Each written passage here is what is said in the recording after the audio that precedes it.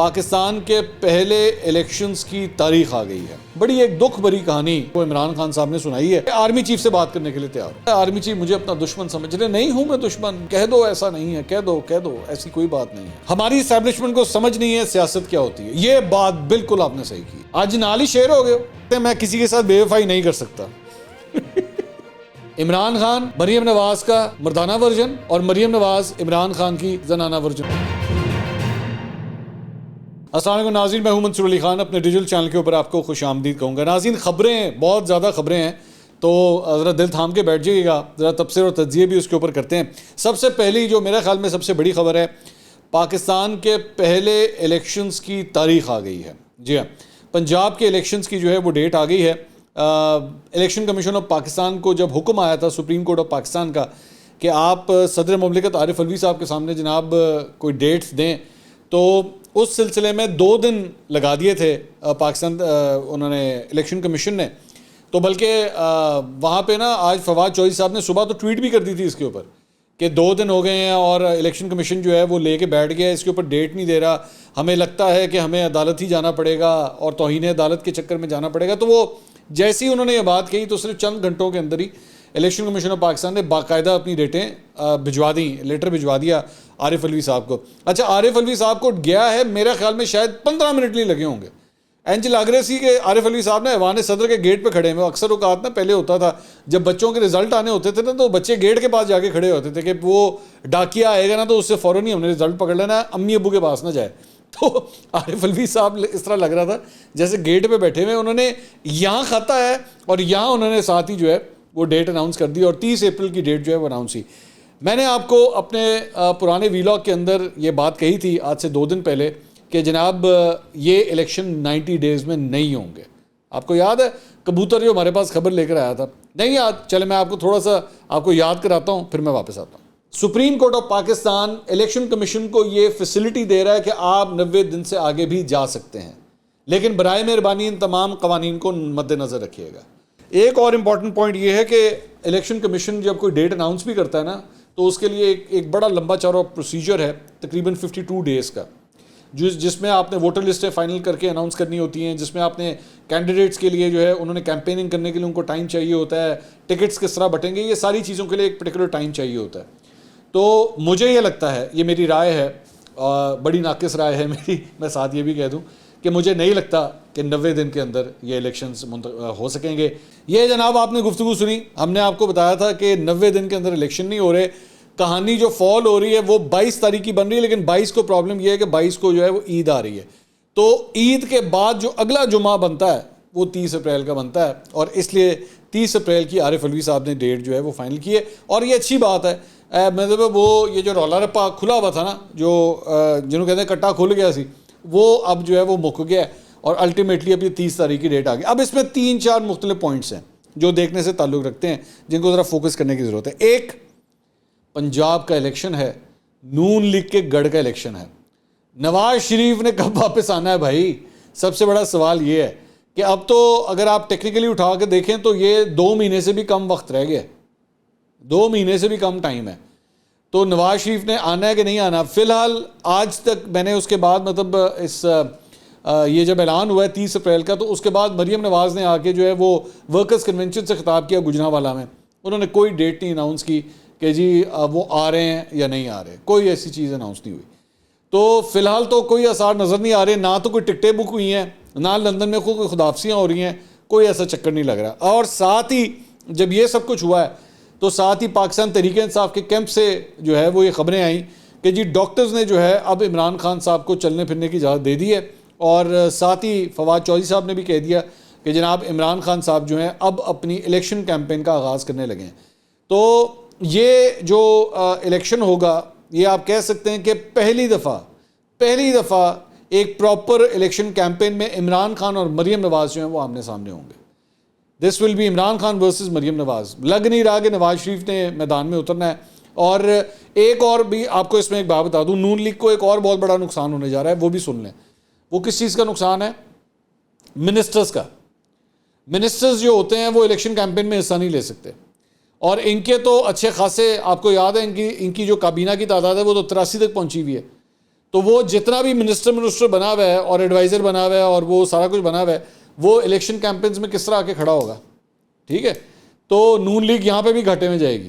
पहले तो अगर ये सारे इलेक्शन साथ होते ना तो नून लीग को ये एडवांटेज हो जाना था, या एडवांटेज तो नहीं, मतलब कम से कम एक लेवल प्लेइंग फील्ड इस तरह हो जानी थी कि केयर टेकर गवर्नमेंट होती और इनके पास कोई मिनिस्ट्री नहीं होनी थी। शहबाज शरीफ भी आके जो है वो इलेक्शन कैंपेन कर सकते थे, बाकी सब भी कर सकते थे। एक और इम्पॉर्टेंट पॉइंट ये, हमजा शहबाज अभी तक सीन से गायब है। जब से वो मतलब कई महीने हो गए हमजा शहबाज एग्जिस्ट ही नहीं करते। भाई एक बात ज़हन में रखिएगा, पार्टी के वाइस प्रेसिडेंट है वो, उनका कोई अभी तक कोई नामो निशान नहीं है। ना नून लीग ये बता रही है कि उन्होंने वापस आना है या नहीं आना। तो मरियम के बलबोते के ऊपर जो है वो ये इलेक्शन लड़ा जा रहा है और हालात जो है ना कोई बहुत ही ज़्यादा पतले लग रहे हैं इस सारे मामले के अंदर। अच्छा, इसके अलावा एक और जो ख़बर है वो इमरान खान साहब की जो है वो आज चंद सहाफ़ियों से गुफ्तगू हुई और मेरा ख्याल में जो चीज़ें सामने आई हैं उसमें बड़ी एक दुख भरी कहानी जो है वो इमरान खान साहब ने सुनाई है। उसमें उन्होंने कहा है कि जी मेरी इस्टेब्लिशमेंट से कोई लड़ाई नहीं है, लेकिन कोई ये समझता है कि घुटने टेक दूँ तो ये नहीं हो सकता। अच्छा, लड़ाई नहीं है और घुटने भी नहीं टेकने। भाई घुटने तो टेकने की बात वहाँ आएगी ना अगर लड़ाई होगी आपकी। आप खुद करें आपकी कोई लड़ाई नहीं तो घुटने टेकने की बात कहाँ से आएगी? उन्होंने कहा अब कोई बात करने को तैयार नहीं तो मैं क्या करूँ, लेकिन मुल्क की बेहतरी के लिए आर्मी चीफ से बात करने के लिए तैयार हूँ। अच्छा, मुझे एक बात बताइए कि आप बात करने के लिए तैयार हैं, आप ये कह रहे हैं कि जी मैं बात करने के लिए तैयार हूँ, लेकिन कोई मुझसे बात करने को तैयार नहीं है। ये बिल्कुल फवाद चौधरी साहब वाला बयान है जो फवाद चौधरी साहब ने आज से चंद दिन पहले दिया था कि ताली दोनों हाथों से बचती है। यानी आप आज तो चले क्लियर हो गया ना कि बेसिकली आप बात करने के लिए तैयार हैं, उधर से कोई लिफ्ट नहीं करवाई जा रही। असल बात तो ये है। लेकिन मैं दोबारा ये सवाल करता हूँ कि भाई ये जो सिविलियन बारादस्ती की आप लोग बातें करते हैं, क्या बात करनी है आपने? क्या बात करनी है आपने आर्मी चीफ से? आपका तो सीधा सीधा काम है इलेक्शंस लड़ें, आपने क्या बात करनी है आर्मी चीफ से? क्या उनसे कोई तरले करने हैं, कोई अपने केसों के बारे में कोई बात करनी है? क्या ज़रूरत है बात करने की? एक जगह बैठ के भाषण देते हैं जी अवाम की ताकत, अवाम के वोट की ताकत, अवाम के वोट की ताकत, दूसरी जगह कहते हैं जी मैं बात करने के लिए तैयार हूँ। आप कहें जी मैंने नहीं करनी बात, मैं तो इलेक्शन लड़ूंगा और इलेक्शन के जरिए आऊँगा, बस बात ख़त्म। आगे कहते हैं जी मैं चैलेंज करता हूँ मुझे और मेरी एहलिया पर करप्शन का एक केस साबित कर दें, आर्मी चीफ ही मेरे खिलाफ कोई करप्शन का केस निकाल लें। केस तो खैर आपके ऊपर निकले हुए हैं, आप जाते नहीं हैं वहाँ पर, और जब जाते हैं तो जत्था लेके जाते हैं। वो जत्थे के ऊपर भी अभी थोड़ी देर में एक और ख़बर मैं शेयर करता हूँ आपके साथ। मसला ये, जत्थे के साथ जाते हैं आप जाके उन तहकीकात का, उन तफ्तीशों का हिस्सा तो बने आप। वो 458 कनाल के बारे में जवाब देना है भाई आपने, फॉरेन फंडिंग के हवाले से जवाब देना है आपने, उस घड़ी के हवाले से आपने जवाब देना है, तोशा खाना के 50 से ज़्यादा जो तोहफे हैं उन सबके हवाले से जवाब देना है आपने। आप दे तो सही। उसके बाद आगे से जी आया इनका कि ऐसा लगता है कि आर्मी चीफ मुझे अपना दुश्मन समझ रहे हैं। उफ, तोबा तोबा।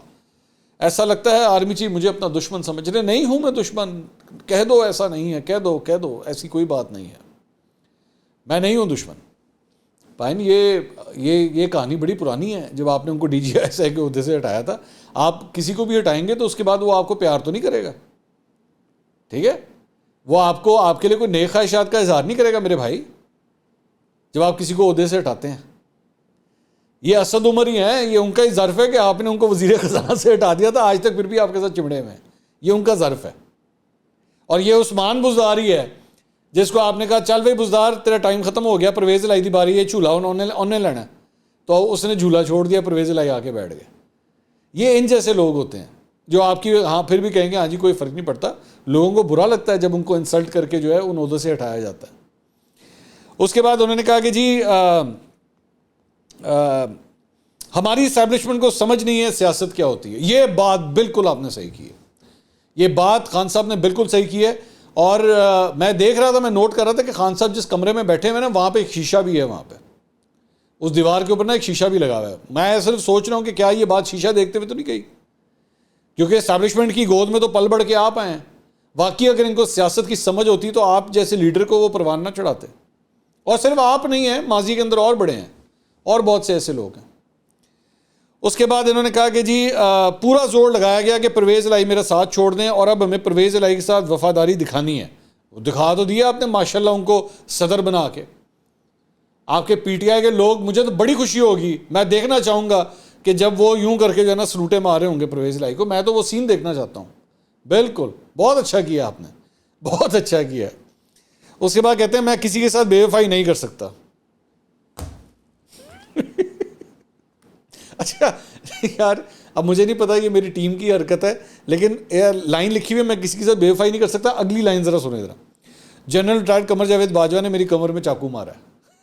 ये दोनों लाइनें ऊपर नीचे हैं। मैं किसी से बेवफाई नहीं कर सकता, कमर जावेद बाजवा ने मेरी कमर में चाकू मारा है। कमर जावेद बाजवा ने रूस की मुखालफत में तकरीर की, उस तकरीर पर जनरल बाजवा का कोर्ट मार्शल होना चाहिए। अच्छा, मेरा सवाल ये है भाई, वो जब वो आर्मी चीफ थे तो मीर जाफर मीर सादिक जो है वो किसको कहते थे आप? हैं? ब्रूस विलिस को कहते थे आप? या वो अभिषेक बच्चन को कहते थे आप मीर जाफर मीर सादिक? किसको कहते थे? फिर कहते हैं मैं बेवफाई नहीं कर सकता। फिर आगे कहते हैं ये जनरल बाजवा ने रूस की मुखालफत में तकरीर की, इस तकरीर पर जनरल बाजवा का कोर्ट मार्शल होना चाहिए था। एडे तुसी फन्ने खां हो, कर देना था ना। आप तो वजीर आजम थे उस वक्त, आप तो वजीर आजम थे ना, तो कोर्ट मार्शल करना था, क्यों नहीं किया? आपके होते हुए उन्होंने तकरीर की थी, आप तब तक आपको हटाया नहीं गया था। ये उससे पहले की बात है जब उन्होंने तकरीर की थी, आप कर देते कोर्ट मार्शल, क्यों नहीं किया? और आपके अंदर तो इतनी हिम्मत नहीं थी, आप जब 2 दफ़ा जाके सदर वो ऐवान सदर में उनसे जाके मिले, उनके सामने जाके मुकर गए जी मैं मीर जाफर मीर सादिक आपको कहता ही नहीं हूं मैं। आपके अंदर तो इतनी हिम्मत नहीं थी। ये तो कहते हैं कोर्ट मार्शल होना चाहिए था। आपने जितनी देर वो आर्मी चीफ थे और आप हट चुके थे 29 नवंबर तक, एक दफ़ा ये बात क्यों नहीं की कि इनका कोर्ट मार्शल होना चाहिए? आप मुझे सिर्फ ये बताएं, आपने 29 नवंबर तक ये डिमांड क्यों नहीं की कि इनका कोर्ट मार्शल होना चाहिए? आज क्यों बोल रहे हैं? आज नाल ही शेर हो गए हो हैं? उसके बाद ये जनरल बाजवा के बारे में आप कहते हैं जी उन्होंने उनका कोर्ट मार्शल होना चाहिए। कामरान खान के शो में बैठ के जिस शख्स का कोर्ट मार्शल होना चाहिए, तब तक तो हो चुका हुआ था ना सब कुछ। ये रूस वाली तकरीर, ये अमेरिका वाली तकरीर वो कर चुके हुए थे, सारा कुछ हो चुका। कामरान खान के शो में बैठ के एक्सटेंशन किस बात की दे रहे थे? ऐसे शख्स को एक्सटेंशन दे रहे थे जिसका कोर्ट मार्शल होना चाहिए। इससे ज्यादा पाकिस्तान के साथ क्या दुश्मनी हो सकती है कि आपकी नजर में एक शख्स जिसका कोर्ट मार्शल होना चाहिए उसको आप एक्सटेंशन देने के लिए तैयार हो जाए, सिर्फ इस बुनियाद के ऊपर कि किसी तरह जनरल आसिम मुनीर ना आ जाए। फिर आप कहते हैं कि जैसे जनरल आसिम मुनीर जो है मुझे अपना दुश्मन समझते हैं। हरकतें देखो अपनियां। आपने कामरान खान के शो में बैठ के हर मुमकिन कोशिश की कि जिस शख्स का कोर्ट मार्शल करवाने के लिए आप तैयार हैं उसको आर्मी चीफ बना दो, उसको कंटिन्यू करवा लो, जिसके आपके ख्याल में इतनी बड़ी जिस शख्स ने वायलेशन की आपकी नजर में, आप उसको एक्सटेंशन देने के लिए तैयार हो गए। लेकिन जो अगला आर्मी चीफ आ रहा था या आपको लगता था ये शख्स आर्मी चीफ हो जाएगा, वो ना आए, किसी तरह वो ना आए। ये 29 नवंबर की डेट किसी तरह गुजर जाए। लॉन्ग मार्च भी आपने किया, आपने हर मुमकिन कोशिश की इस मामले को डिले कर दिया जाए, किसी तरह डिले कर दिया जाए, और फिर आप चीखें मारते हैं जी वो मुझे अपना दुश्मन समझते हैं। वो क्यों ना समझें? हरकतें देखें आपने क्या क्या की हैं। उसके बाद आगे कहते हैं जी कि फौज का मजबूत होना बहुत ज़रूरी है। जान के ख़तरे से मुतालिक मेरी रिकॉर्ड शुदा वीडियो मौजूद है, ये वीडियो बैरून मुल्क मौजूद है। अगर एक ही बार में आम इंतखाबात हो जाएँ तो पैसे की बचत होगी। हम PDM के एम्पायर्स के बावजूद इलेक्शन जीतेंगे और समंदर पार पाकिस्तानी भी PTI के साथ हैं। मखसूस नशस्तों पर ख़वातीन भी चाहती हैं वो वज़ीर आला पंजाब बने। और इमरान खान साहब ने साथ कहका लगा कर ये बात कही। अच्छा, मुझे समझ नहीं आई इस बात की कि आपने क्यों इसमें कहका लगाने वाली क्या बात थी? मतलब डॉक्टर यास्मीन राशिद नहीं बन सकती क्या? उसके बाद कहते हैं जी पंजाब के वज़ीर आला का फैसला अभी कर लिया तो कत्लेआम हो जाएगा। आप ज़रा अंदाज़ा कीजिए इस पार्टी की मैच्योरिटी का कि 1996-97 के अंदर की ये पार्टी बनी हुई है। 25 साल से ज़ायद अब इसको हो चुके हैं, ठीक है, 25 साल से भी काफ़ी ऊपर टाइम हो चुका है, बल्कि 97 का मतलब वो 2007, हाँ 25 साल से भी ऊपर हो चुके हैं। आज तक इनके पास ऐसा सिस्टम नहीं है कि ये अनाउंस भी नहीं कर सकते कि हमारा अगला वज़ीर आला पंजाब कौन होगा। क्या वजह है इसकी क्या वजह है? इसकी वजह यह है कि इतने ज़्यादा एस्पिरेंट्स बैठे हुए हैं इस सीट के लिए। अच्छा, वो अपनी कहानी फिट करके बैठे हुए थे तो नाल ही विच तुसी परवेज़ इलाही लाया। परवेज़ इलाही तो नई एंट्री है ना, और परवेज़ इलाही तो खुद 2 दफ़ा वज़ीर आला पंजाब रह चुके हैं। उनसे ज़्यादा ख्वाहिश किसकी होगी कि अगला वज़ीर आला पंजाब मैं ही बनूँ?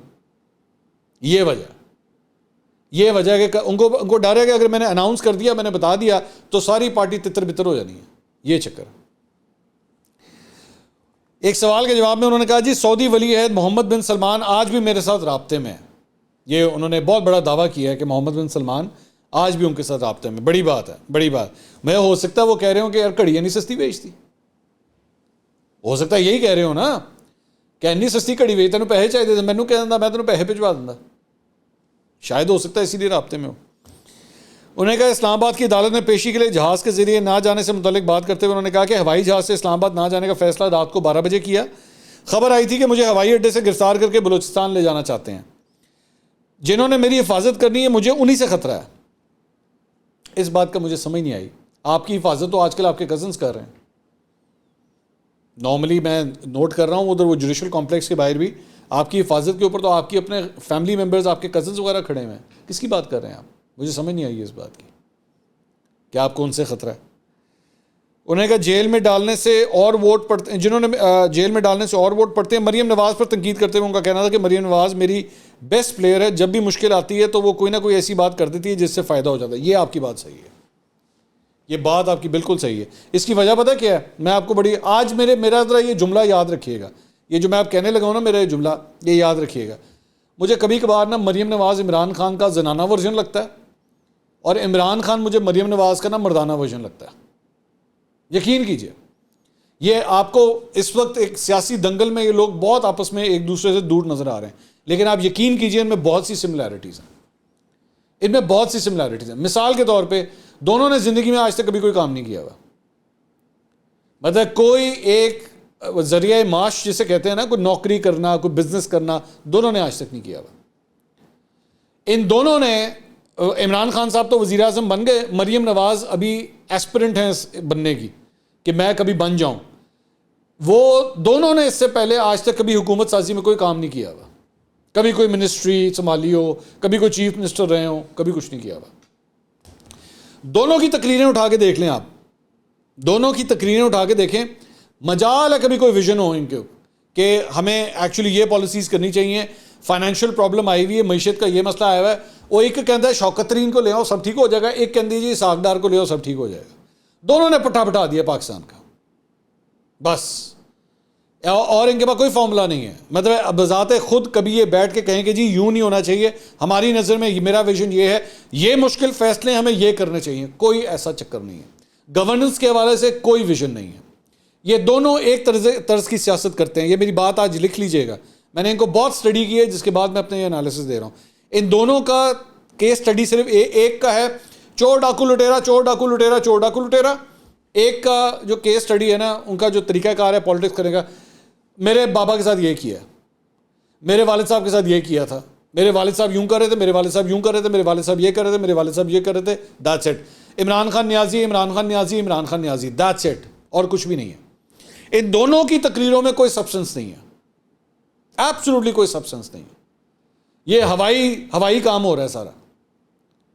ये सिर्फ चंद एक हैं, मैं पूरी एक्चुअली इसकी एक लिस्ट बना सकता हूं। इन्होंने दोनों के पास एज सच कोई टीम्स नहीं है, इनके पास ज्यादातर वो लोग हैं जो इनके खुशामद कर सकते हैं, बस दैट्स इट।